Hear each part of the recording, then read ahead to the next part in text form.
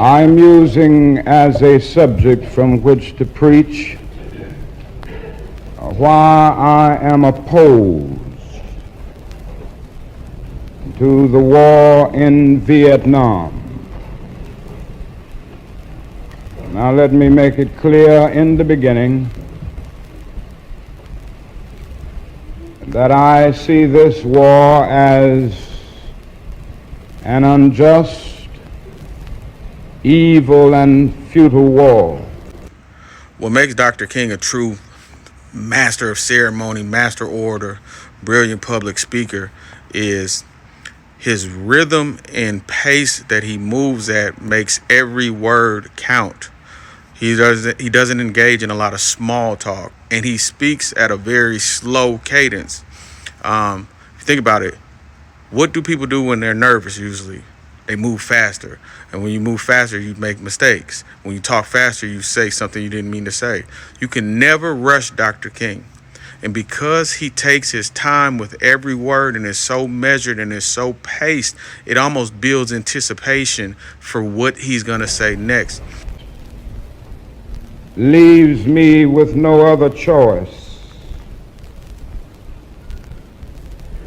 The time has come for America to hear the truth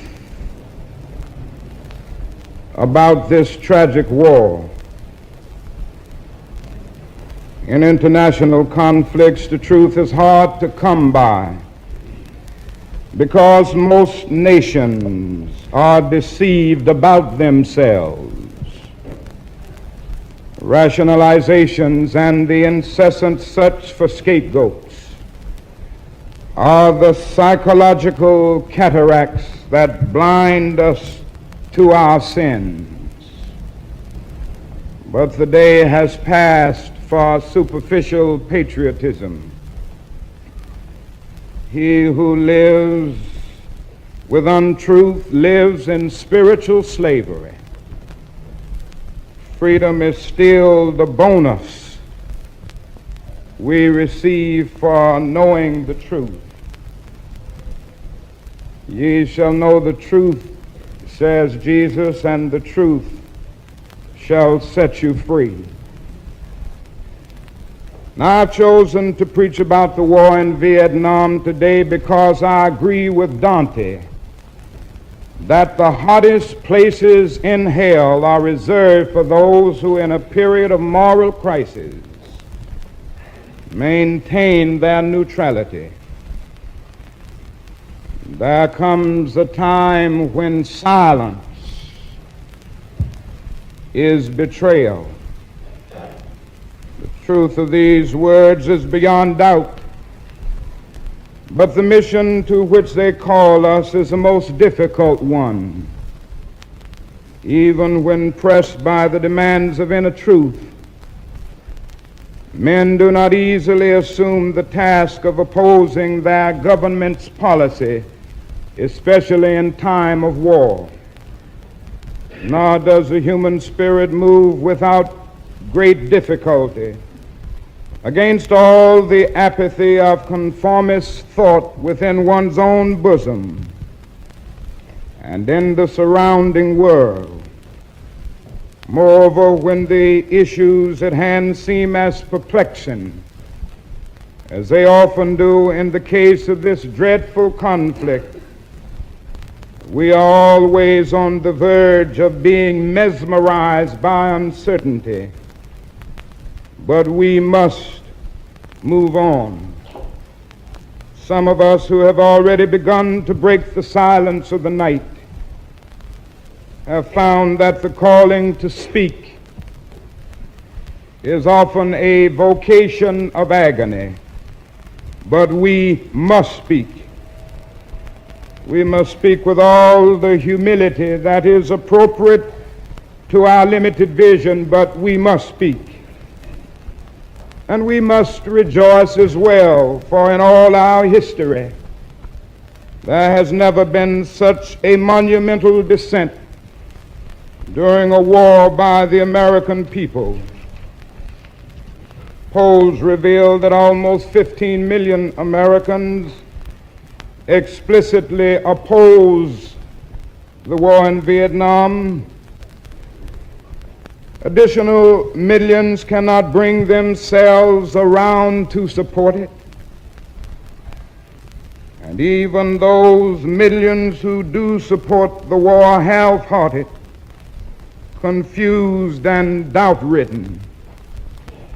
This reveals that millions have chosen to move beyond the prophesying of smooth patriotism to the high grounds of firm dissent based upon the mandates of conscience and the reading of history. Now, of course, one of the difficulties in speaking out today grows out of the fact that there are those who are seeking to equate dissent with disloyalty. And it's a dark day in our nation when high-level authorities will seek to... I love the way Dr. King calls out, things that he doesn't agree with. Very rarely does he just come on the straight attack and they did this, that, and the other. He uses, almost a pinch of Socratic method with just a storytelling display of the hypocrisy. It's a cold day when you would do this to them. And when he does that, to me, what it does is it leaves this space for you to, one, clearly see the illustration he's painting. And because he uses that type of technique, it makes it easier to empathize and see where he's coming from. Will seek to use every method to silence dissent. Something is happening and people are not going to be silent. The truth must be told. And I say that those who are seeking to make it appear that anyone who opposes the war in Vietnam is a fool or a traitor or an enemy of our soldiers is a person who has taken a stand against the best in our tradition. Yes, we must stand and we must speak. Over the past 2 years, as I have moved to break the betrayal of my own silences and to speak from the burnings of my own heart, as I have called for radical departures from the destruction of Vietnam, many persons have questioned me about the wisdom of my path. At the heart of their concerns, this query has often loomed large and loud. Why are you speaking about the war, Dr. King? Why are you joining the voices of dissent? Peace and civil rights don't mix, they say. And so this morning I speak to you on this issue because I am determined to take the gospel seriously. And I come this morning to my pulpit to make a passionate plea to my beloved nation. This sermon is not addressed to Hanoi or to the National Liberation Front. It is not addressed to China or to Russia. Nor is it an attempt to overlook the ambiguity of the total situation and the need for a collective solution to the tragedy of Vietnam. Neither is it an attempt to make North Vietnam or the National Liberation Front paragons of virtue, nor to overlook the role they must play in a successful resolution of the problem. This morning, however, I wish not to speak with Hanoi and the National Liberation Front, but rather to my fellow Americans who bear the greatest responsibility in ending a conflict that has exacted a heavy price on both continents. Now, since I am a preacher by calling, I suppose it is not surprising that I have 7 major reasons for bringing Vietnam into the field of my moral vision.